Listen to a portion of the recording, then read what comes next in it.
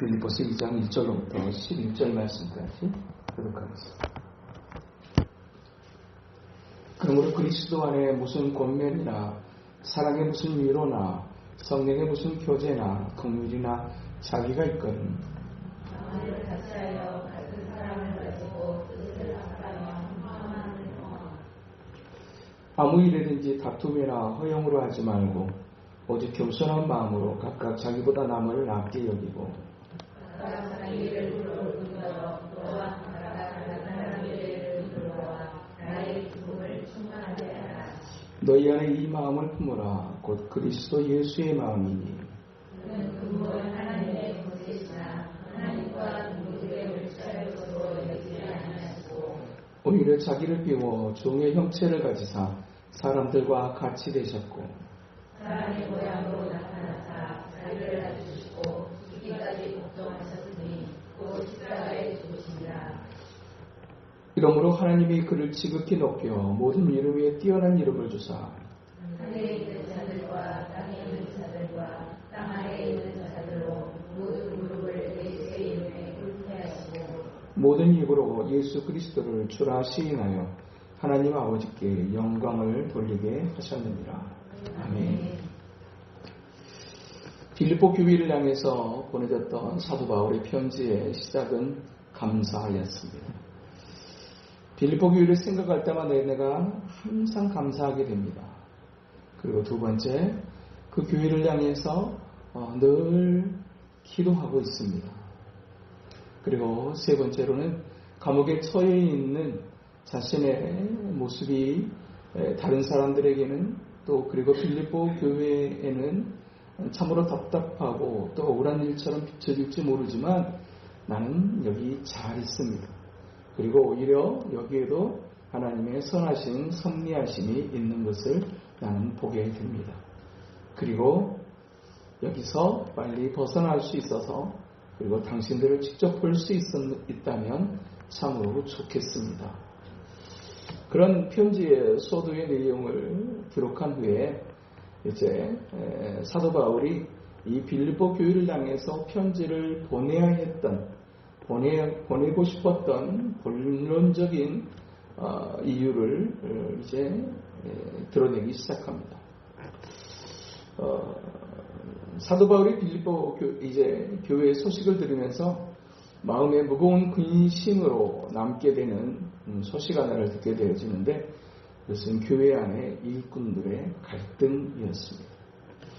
사람이 살아가는데 어느 곳에서나 언제나 시대와 상황을 막론해서 갈등이 없는 인간 세상은 존재하지 않는다고 감히 얘기할 수 있을 정도로 우리의 삶에는 시대를 초월하고 또 상황을 초월하고 또 많고 적음의 요구와 관계없이 배우고 못 배움에 관계없이 나이가 적으나 많으나 항상 이와 같은 갈등의 구조 속에서 살아가게 되는 것, 그것이 우리가 살아가는 인생이 아닐까.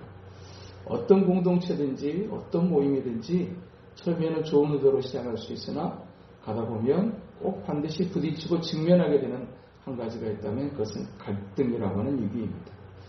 복음으로 시작된 교회였을지라도 순전한 마음으로 시작되었던 교회였을지라도 그렇게 대단한 사도 바울에 의해서 세워졌던 교회였을지라도 그 교회도 역시 갈등의 소식들을 듣게 되면서 사도 바울이 이 빌립보 교회를 향해서 편지를 보내게 되는데 구체적으로 빌립보서 4장 2절에 보면 유오디오와 순두계라고 하는 두 여인의 갈등의 문제를 직접 구체적으로 드러내면서 이제 빌립보 교회를 향해서 내가 편지를 쓸 수밖에 없었던 이유, 그 갈등의 문제를 어떻게 잘 극복할 수 있어야 되는지에 대한 제언을 위하여 사도 바울은 이 빌립보서를 보내게 되어진 것입니다. 그러면서 두 사람의 갈등의 문제 그리고 살면서 겪게 되어지는 갈등의 문제를 다루기 전에 특별하게 이 유오디오와 순두계가 빌립보 교회 안에 아주 중요한 역할을 하는 일꾼이었다라는 사실은 이 빌립보 교회를 향해서 보내진 편지 속에 그냥 그 사람의 이야기를 하면 그냥 누구든지 다 알 수 있을 정도로 그런 아주 중요한 역할을 하는 두 사람이 아니었을까 라는 생각을 하게 됩니다. 그런 사도 바울의 무거운 마음을 이제 해소하고 또 교회가 정말 하나님이 기뻐하시는 교회로 올바르게 서게 하기 위하여 보내졌던 편지. 그 두 사람의 갈등의 문제를 다루기 전에 사도 바울은 오늘 본문을 통해서 교회가 교회다워지기 위하여 교회가 교회로서의 중요한 기능을 잘 감당하기 위하여 우리가 정말로 중요하게 생각해야 되는 것은 무엇이며 또 우리가 그것을 위해서 배워야 할 것이 무엇인지에 관한 교훈을 오늘 본문은 기록해 주고 있습니다. 오늘 본문 2장 2절은 이렇게 권면합니다. 마음을 같이하여 같은 사랑을 가지고 뜻을 합하며 한 마음을 품어. 아주 여러 가지 표현을 막 쓰고 있어요. 마음을 같이하여 같은 사랑을 뜻을 합하여 한 마음을 품어. 결론적인 얘기는 하고자 하는 얘기는 하나가 되어야 합니다. 한 마음, 한 뜻, 한 사랑, 같은 사랑을 가진 그런 공동체가 되어지게 될 때 주님께서 피로 값주고 사신 교회의 건강한 기능을 감당할 수가 있습니다. 그리고 이와 같은 하나됨을 강조하기 위하여 먼저 그가 이제 이야기했던 전제 하나를 오늘 보면 2장 1절은 이렇게 시작합니다. 그러므로 그리스도 안에 무슨 권면이나 사랑에 무슨 위로나 성령의 무슨 교제나 공유나 자비가 있거든. 이 말은 좀 더 쉬운 편으로 얘기하면 여러분이 주님 안에 있다면 여러분이 주님의 사랑과 은혜를 받았다면 정말 여러분의 모임이 주님 안에 있는 모임이라면 그리고 정말 주님의 사랑과 은혜를 받은 거룩한 공동체라면 여러분이 가장 먼저 집중해야 될 일 하나가 있는데 그것은 하나가 되는 일입니다. 라는 것입니다. 그 하나됨을 위하여 우리에게 필요한 것이 무엇인지를 몇 가지로 권면하는데 3절에서는 다툼이나 허영으로 하지 마십시오. 다투다라는 것이 무엇입니까? 그것은 다투는 일은 자기의 생각과 자기의 입장이 다름으로부터 출발합니다. 자기의 생각과 자기의 입장이 다 다를 수 있습니다. 그런데 거기에 감정이 실리게 되게 될 때 그것이 발전하게 되게 되면 다툼으로 나타나게 되어지는 것입니다. 또한 다툼이나 허영으로 하지 마십시오라고 할 때 여기 허영이라고 하는 것은 자기 과시, 자기 입장 그것을 드러내는 그와 같은 것. 누구나 다 자기 입장과 자기 생각을 드러낼 수 있습니다. 그러나 그것이 과도하게 자기를 과시하기 위한 것으로 또 자기를 철저하게 중심하는 것으로 이제 모든 것을 풀어가려고 하는 그와 같은 태도, 그것을 허영이라고 말할 수 있습니다. 그것이 계속해서 되어지게 될 때 거기에 필연적으로 하나됨이 깨어질 수밖에 없습니다. 그래서 여러분은 어떤 이유로든지 간에 다투는 일이 있도록 해서는 안 될 것입니다.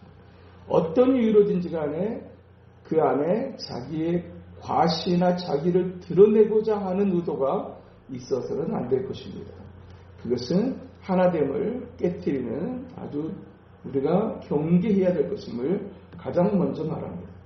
두 번째로 하나됨을 위하여 사도 바울이 권하는 제언은 겸손한 마음으로 자기보다 남을 낮게 여길 수 있어야 합니다. 겸손함, 그것이 하나된 공동체를 위하여 가져야 될 아주 중요한 태도. 겸손한 마음으로 자기보다 남을 낮게 여긴다라는 얘기는 결론적으로 말하면 존중할 수 있어야 된다.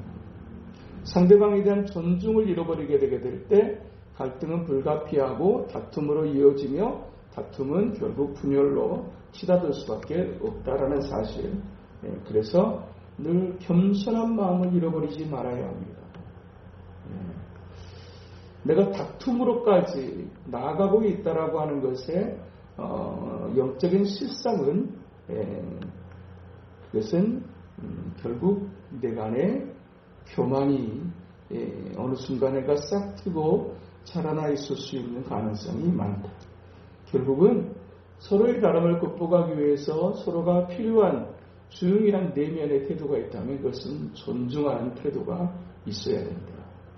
세 번째로 하나됨을 위하여서 가져야 될 중요한 것 두 가지를 오늘 본문 4절은 얘기하는데, 오늘 4절은 각각 자기 일을 돌볼 뿐더러, 그리고 이제 후반에서는 각각 다른 사람의 일을 돌보아라고 하는데, 이 4절에서 사실 사람들이 이 4절을 읽을 때 가장 먼저 눈에 들어오는 것은 다른 사람의 이름을 돌보아일지 모르지만, 사실은 원론적인 의미는 자기 일을 돌보는 것이 먼저입니다.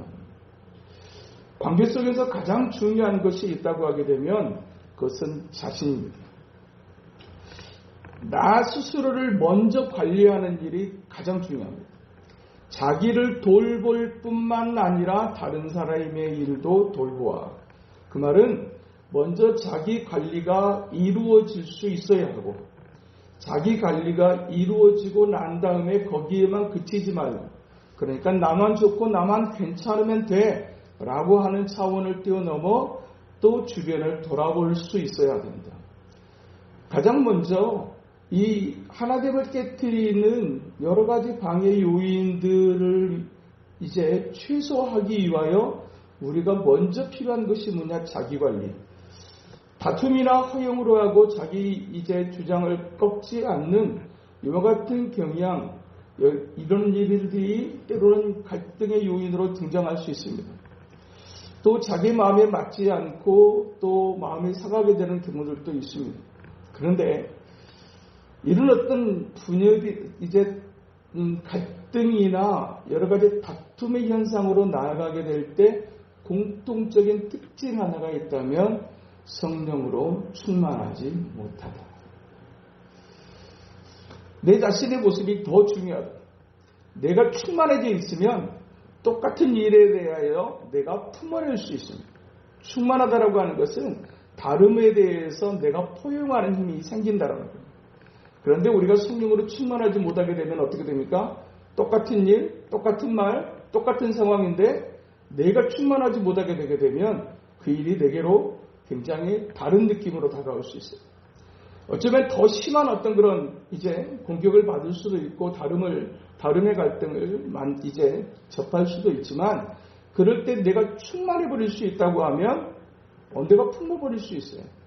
그런데 충만하지 못함으로 말미암아서 그것이 결국 내게 그냥 충만할 때의 어떤 그런 모습으로 반응할 수 없는, 그냥 내가 그냥 본성적 감정으로 반응할 수밖에 없는, 내 본성적 기질로 반응할 수밖에 없는 상태를 만들어낼 수 있습니다. 그러므로 하나됨을 위해서 우리가 먼저 힘써야 될 것 하나가 있다면 우리 한 사람 한 사람이 성령으로 충만한 일입니다. 자기가 하나님 앞에서 걸린 것은 없는지, 그리고 또 하나님과의 관계가 이제 온전한 관계 속에서 충만하고 있는지, 이것을 돌아보는 일이 하나됨을 위하여 정말 중요한 일입니다 라고 그렇게 권면하고 있고요. 그리고 나서 다른 사람의 일도 돌볼 수 있어야 됩니다. 우리가 살아가는 세상은 나만 괜찮으면 되는 세상이 절대 아닙니다. 가장 먼저는 내가 잘해야 됩니다. 그런데 나만 잘한다고 되는 것이 아니더라. 그냥 나만 잘하면 되는 것 같은데, 공동체라고 하는 특성상 어느 하나가 깨트려지고 어느 하나가 무너지고 어느 하나가 상하게 되게 되면 온 신경과 에너지가 사실은 그곳으로 다 쓰이게 될 수밖에 없어요. 집안에 어떤 한 사람이 아프게 되게 되면 10사람 가운데서 9사람이 건강해도 한 사람 약한 사람을 향해 모든 에너지가 집중될 수밖에 없어요. 한 사람이 아프면 나머지 9사람의 기쁨이 온전할 수가 없어요. 그와 마찬가지로 나만 괜찮으면 돼, 나만 아니면 돼, 나만 잘하면 돼, 혼자 사는 인생은 그렇게 하면 됩니다. 그러나 함께 사는 세상, 그리고 함께 살아가는 공동체는 그렇게 되면 안 됩니다. 그래서 우리가 조금 더 성장하고 성숙해져서 조금 더 나의 주변을 돌아볼 수 있는 그와 같은 어떤 성숙함이 우리에게 필요하다라는 얘기입니다. 그럴 때 하나됨이 유지됨이 가능합니다. 그럴 때 이제 성령으로 충만한 한 사람이 성숙한 한 사람이 옆에 있는 일은 얼마나 중요한 일인지. 사람이 다 늘 충만할 수는 없어요. 늘 잘할 수는 없어요. 때로는 실수가 있고 할 수도 있고 잘못 생각할 수도 있어요. 그런데 그때 옆에서 충만한 한 사람이 있어 그 상황을 바르게 하나님이 기뻐하시는 모습으로 교정할 수만 있다고 하면 잠깐 실수하고 또 잠깐 또 잘못된 이제 여러 가지 시행착오적인 상황 속에 들어갈지라도 옆에서 교정해 줄 수 있는 한 사람이 있다면, 그와 같은 이제 한 도움이 있다면 교정함으로 말미암아서 다시 제자리를 잡아갈 수는 있어요. 그런데 아나니아 옆에 그냥 삽비라가 있어버린 경우, 그냥 악한 사람 옆에 또 악한 사람이 있어버린 경우, 잘못된 생각을 하는 사람 옆에 무책임한 사람이 있어버린 경우, 그것은 더 파국으로 치달을 수밖에 없는 이제 모습이 되어줄 수밖에 없다는 겁니다. 시간이 지나고 나면 다 지난 일인데 라고 이야기 되어지고, 아이고 그때 별것도 아니었는데 라고 하는 그런 탄식을 갖게 되는 것입니다. 결국은 우리의 모든 관계가 그렇습니다. 뭐 가정 안에서든지 공동체 안에서든지 또 사회의 어떤 그런 이제 모임이든지 갈등이 없는 모임은 없어요. 가정도 그래요. 그렇게 사랑하고 또 그렇게 내게 있는 것을 다 내어주는 그런 어떤 사랑의 공동체의 가장 중심적인 또 가장 작은 어떤 그런 똘똘 뭉쳐야 될 소규모 이제 가정 안에서조차도 갈등이 없는 경우는 없어요. 조용하다 했다. 조용하다. 그게 사람 사는 것이에요. 그런데 그때 옆에 이제 그것들을 어떻게 품어내는, 그것을 어떻게 잘 이렇게 또 이겨가는, 지나고 나면 그냥 그때 그랬어 라고 그냥 그렇게 끝날 것입니다. 그런데 그것이 감정으로 치닫고 결국 남유즘으로 나타나게 되게 되면 그것이 두고두고 서로에게 줄 수 없는 상처로 남게 되는 것을 보게 되는 것입니다. 복음 위에 세워졌던 공동체도 역시 마찬가지, 바울 목사님이 세웠던 교회도 역시 마찬가지, 심지어는 예수님이 모으셨던 12명의 제자 속에도 그런 일은 있었습니다. 그러면 우리가 그와 같은 한계를 극복하기 위해서 우리가 어떻게 해야 될 것인가? 사도 바울은 우리의 모델이 되시는 예수님의 모습을 우리에게 보여줍니다. 그 하나님을 위한 우리가 진정으로 적용해야 될 한 분이 계시는데 그분이 바로 예수 그리스도시다.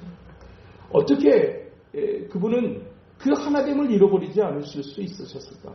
삼위일체 하나님이, 성부 하나님, 성자 하나님, 성령 하나님이 어떻게 그렇게 태초로부터, 아니 이미 태초 이전부터 그 하나됨을 여전히 유지하며 지금도 그렇게 이끌어가고 계시는 것이 가능할까?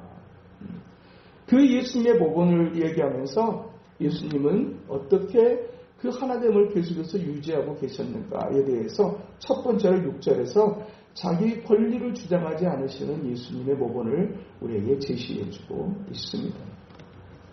그는 근본 하나님의 본체시나 하나님과 동등됨을 취할 것으로 여기지 아니하시고, 근본 하나님과 본체시나 하나님과 동등됨이라고 하는, 우리가 하나님을 이야기하게 될 때 삼위의 하나님이라고 얘기합니다. 성부 하나님, 성자 하나님, 성령 하나님, 세 위치를 가지신 하나가 되시는 하나님. 그 삼위라고 하는 그 위가 자리 위자입니다. 하나님과 똑같은 자리에 있어서 하나님과 동등한 권리를 가지고 계셨던 분, 그분이 예수님이시다. 그럼에도 불구하고 그분은 자기의 위치에 따른 권리를 주장하지 아니하시고, 자기의 위치에 따른 나름의 권리가 있어요. 사도 바울도 역시 자기도 역시 사도로서의 권위가 있고 또 자기가 또 주장할 만한 권리가 있음을 이야기합니다. 그럼에도 불구하고 그것을 기꺼이 하나님의 기뻐하시는 뜻을 위해서 내려놓는 것처럼 곧 예수님도 역시 하나님과 동등한 권위 속에 계셨지만 스스로의 권위를 주장하지 않으시는 그 예수님의 모본이 하나 되기 위한 하나 되시는 하나님, 삼위일체 하나님을 가능하게 했다라는 사실을 우리에게 말씀하시고, 그리고 또 우리가 그렇게 자기의 권리를 주장하지 않는 예수님처럼 우리도 역시 자기의 위치에 따른 권리를 주장하기를 내려놓을 수 있을 때 하나됨이 가능하다. 우리 각자의 위치에 따른 나름의 권리들이 또 있습니다. 내가 지금까지 어떻게 했는지, 또 내게 맡겨진 자리가 어떤 것이고, 또 권리에 따른 나의 그 위치에 따른 나의 권위가 어떤 것인지, 그럼에도 불구하고 그것을 계산하지 않고 생각하지 않고 그것을 내려놓으실 줄 알았던 그 주님의 모습이 하나 되는 삼위일체 하나님을 가능케 했다라는 사실을 이야기합니다. 두 번째, 그것은 자기 포기와 자기 비하까지. 오늘 본문 7절, 오히려 자기를 비워 종의 형체를 가지사 사람들과 같이 되었고, 예수님의 사역의 가장 중요한 주님의 모습은 철저하게 자기를 비워내시는 삶이었습니다. 하나님과 권치셨고 또 동등한 권위와 권세를 가지고 계셨기에 특별하게 누구에게 매일 바도 없고 누구를 살필 바도 없습니다. 그럼에도 불구하고 예수님께서 늘 새벽을 깨우고 늘 주님 앞에 엎드리고 기도하셨던 가장 궁극적 이유는 그것은 하나님의 뜻을 살피는 데 있었습니다. 그리고 제자들을 향해서 내가 온 것은 나의 뜻을 이루게 하리 함이 아니라 하늘에 계신 나의 아버지의 뜻을 이루기 위해 왔다라는 사실을 계속해서 제자들에게 피력합니다. 곧 당신이 그렇게 날마다의 사역을 감당하시면서도 그 사역의 이유가 무엇인가? 아버지의 뜻이기 때문에. 기꺼이 당신의 자리를 비워내는 것으로 이제 그치지 아니하고 자기를 완전히 비워버리는 상태. 내 생각은 중요하지 않다. 내 뜻은 중요하지 않다. 심지어는 내가 육신을 가진 자로서 내 몸의 피곤함의 상태는 중요하지 않다. 내게 중요한 것은 오직 하나님 아버지의 뜻이었다. 철저하게 자기의 위치에서 하나님 아버지의 뜻에 대해서 살피고 거기에다가 모든 것을 맞추려고, 심지어는 마지막 겟세마네 동산에서까지 아버지 할 만하시거든 이 잔을 내게서 지나가게 하시옵소서. 이것이 당신의 뜻이었어요. 인성을 가진 예수님의 입장에서 그것처럼 고통스러운 것은 없었어요. 하나님, 당신이 십자가의 고통을 받는다라고 하는 것도 고통스러운 일이었고, 또한 이제 자기가 십자가에 달려서 죽어야 한다라고 하는 것도 고통이었고, 또 모든 사람이 보는 앞에서 부끄러운 모습으로 매달려 든다라고 하는 것도 고통이었겠지만, 예수님에게 있어서 진정한 고통은 온 인류의 죄악을 자신이 감당해야 된다라고 하는 영적 부담감과, 그리고 하나님과 단절되어지는 일정의 3일간의 시간이 있어야만 한다라는 사실에 대한 고통이 사실은 예수님을 더 고통스럽게 했어요. 한 번도 하나님 아버지와 떨어져 본 적이 없었던 예수님께서 십자가상에서 아버지 어찌하여 나를 버리시나이까, 마치 하나님께로부터 철저하게 단절되어지고 버려지는 그 고통이 예수님의 가장 큰 고통이었어요. 그래서 할만하시거든 이와 같은 일은 없었으면 좋겠다라고 하는 그런 어떤 자신의 뜻을 피력했지만, 그분의 기도의 마지막은 잘 아시는 것처럼 나의 원대로 하지 마시옵고 아버지의 뜻대로 되기를 원합니다. 이 땅에 내려오신 것도 하나님 아버지의 뜻 때문이었고, 십자가에 못 박혀 죽으시는 것도 역시 하나님 아버지의 뜻 때문이었습니다. 우리가 하나됨을 위하여서 우리가 정말로 해야 될 일이 어떻게 하면 하나됨이 가능할까? 이 일이 사실 예수님이나 가능하지 어떻게 우리가 가능할까 싶을 정도이지만, 그럼에도 불구하고 우리가 바라봐야 될 진정한 대상이, 그리고 우리가 적용해야 될 모습이 어떤 것인가에 대해서 사도 바울은 이제 예수님을 앞세우며 그것을 이야기하고 있는 겁니다. 자기를 포기할 수 있어야 하나 될 수 있습니다. 자신을 철저하게 비워낼 수 있어야 하나 될 수 있습니다. 자기를 포기하지 않고 자기를 비워내지 않고 자기의 주장을 관철시키겠다고 하게 될 때 하나됨은 불가능합니다.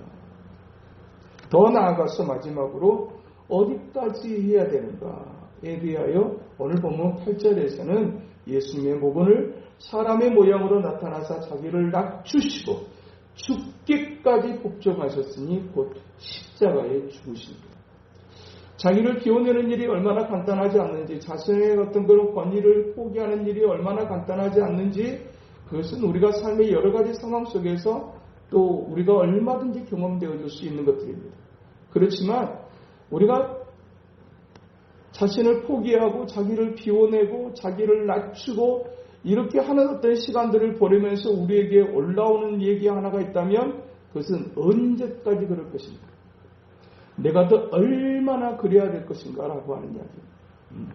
내가 지금까지 할 만큼 했는데 내가 언제까지 이래야 되냐고, 내가 어디까지 낮아져야 되느냐는 우리의 본성적인 소리들이 올라올 수 있습니다. 그와 같은 소리들이 올라올 때 사도 바울이 가르친 예수님의 복음을 따르십시오. 예수님 어디까지?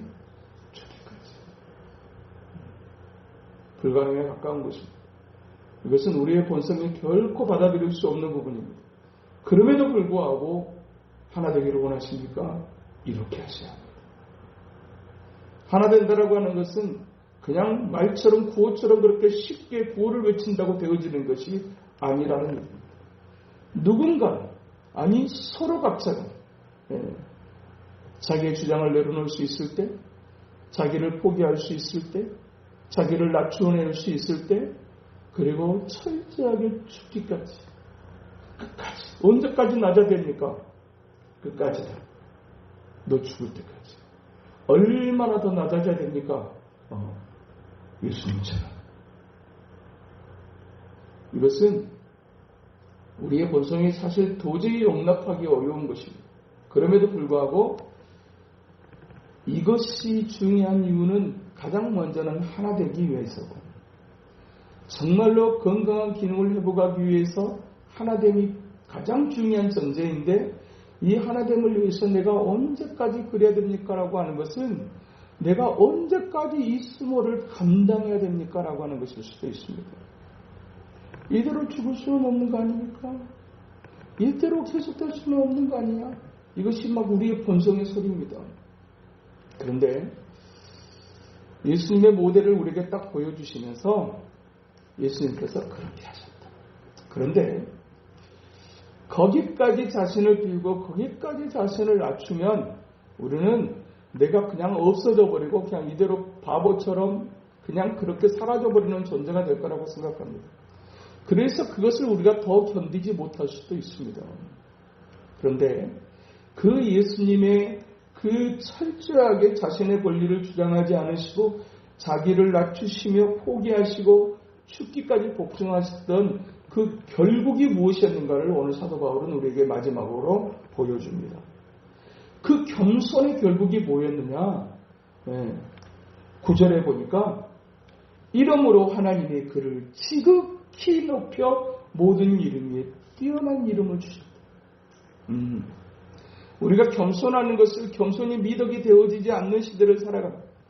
그러나 겸손을 우리가 두려워하는 이유는 우리가 나보다 남을 더 낮게 여기게 되게 되면 그냥 밟힐 것 같고 그냥 나는 아무것도 아닌 존재로 그냥 묻혀져 버릴 것 같은 두려움이 사실은 겸손 속에 담겨져 있는 두려움이에요.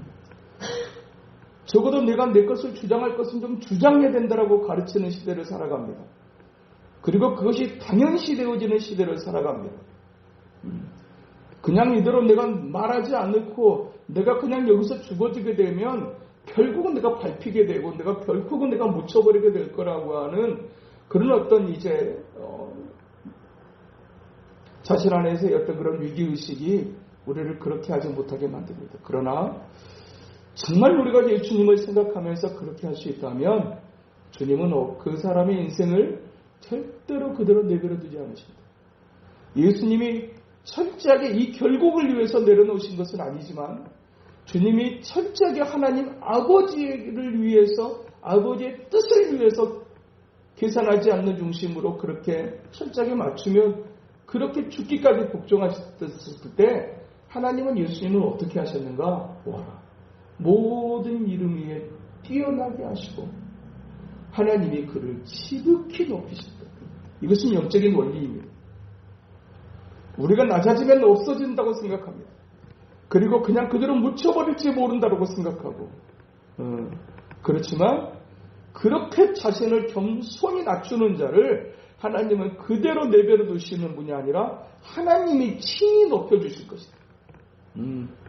우리가 어떤 사람을 존대할 때는 우리는 아무나 존대하지 않아요. 아무나 존대하지 않아요. 특히 우리가 살고 있는 시대는 우리는 아무나 인정하지 않아요. 그러나 우리는 봅니다. 아, 그렇구나. 그리고 높이는 것입니다. 그리고 존대하는 것입니다. 하나님 앞에서 우리가 정말 예수님 때문에 주님이 기뻐하시는 모습이 그것이기 때문에 그것 때문에 우리가 기꺼이 자신을 포기하고 자기를 내려놓고 자기를 비워낼 때 주님은 그 사람의 삶과 그 사람의 영혼을 절대로 그렇게 추락하게 내버려 두지 아니하시고 모든 사람들 앞에 그 사람을 높이실 것이다. 두 번째로 10절 하늘에 있는 자들과 땅에 있는 자들과 땅 아래에 있는 자들로 모든 무릎을 예수의 이름에 꿇게 하시고 권위 회복입니다. 겸손히 하나님 앞에 자신을 비우고 주님 앞에 모든 것을 내려놓고 주님 때문에 그리고 거룩한 공동체를 위하여 그리고 공동체의 건강한 기능 하나를 위하여 하나 되는 것을 위하여 철저하게 자신을 포기하고 비워내고 내려놓고 복종하기를 죽기까지 할 장사를 갖추게 되게 될 때 하나님은 그 사람의 권위를 회복시켜 주실 것이라고 말씀합니다. 진정한 권위는 여기서 나오는 것이에요. 이름의 권위가 아니라 목사니까 높여줘야 되고 목사니까 세워줘야 되고 권사님이니까 그래야 되고 집사님이니까 그래야 되고 아니라 그와 같이 철저하게 하나님 앞에서 자신을 비워내는 그 모습이 진정한 권위를 가지게 하는 것입니다.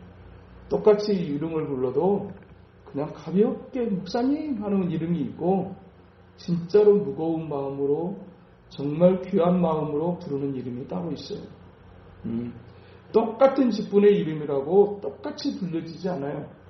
아, 그 집사님 하는 거하고 그 집사님 하는 것은 똑같은 집사님인데 달라요. 어떻게 불려지느냐 하는 것은 그분의 그와 같은 겸손함이 쌓여서 그분이 살았던 삶이 쌓여서 누구에겐가 쉽게 불려지는 이름, 함부로 불려지는 이름이 되어지기도 하고 정말 귀하게 불려지는 이름이 되기도 해요. 예수님께서 기꺼이 하나님 아버지를 위해서 하나님의 뜻을 위해서 기꺼이 자신을 내려놓고 포기하게 될 때 하나님께서 그 이름을 얼마나 권위 있게 회복시키십니까? 사람들에게 이제 그 십자가를 날리시는 그 과정 속에서 사람들에게 당했던 것은 하나님의 권위, 예수님의 권위는 찾아볼 수가 없어요.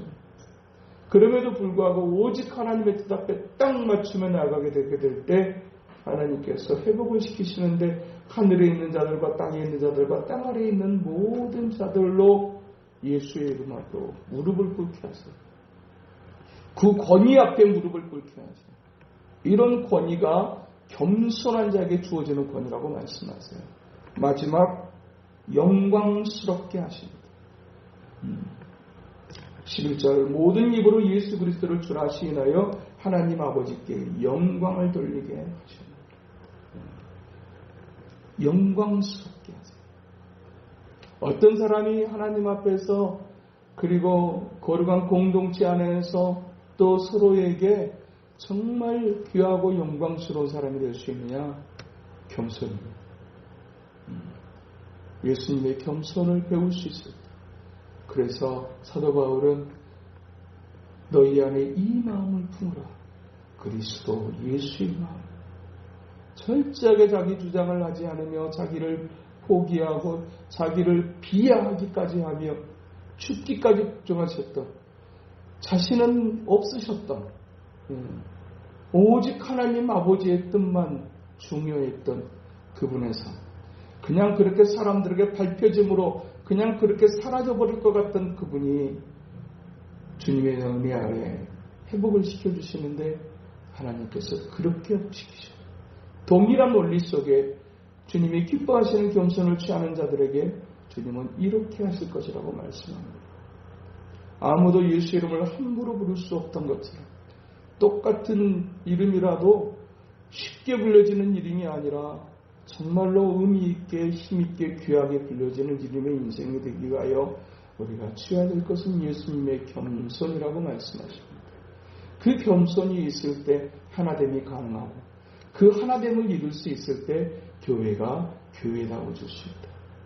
오늘도 주시는 이 교훈의 말씀이 오늘도 우리의 삶에 또 우리의 공동체 안에 또 우리의 가정 안에 아름답게 적용되어져서 하나님의 기뻐하시는 건강한 공동체를 회복하는 거룩한 역사를 향해 나아가는 우리 모두 될 수 있게 되기를 주님의 이름으로 축복합니다. 거룩하신 하나님 아버지,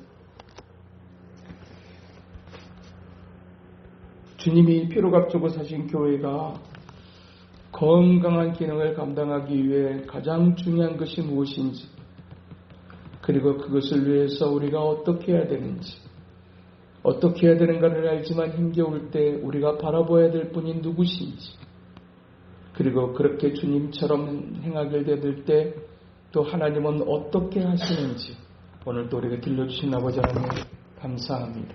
오늘도 주시는 말씀이 우리의 마음에 깊이 박힌 못과 같이 되어져서 늘 주님 앞에서 중요한 것이 무엇인지를 잊지 않으며 또한 그것을 위해서 우리가 어떤 모습이어야 되는지에 대한 주님의 뜻을 분명하게 새겨 하나님의 기뻐하시는 삶을 향해 나아가는 우리 모두 될 수 있도록 주여 도와주시옵소서. 예수님 이름으로 기도하옵나이다. 아멘.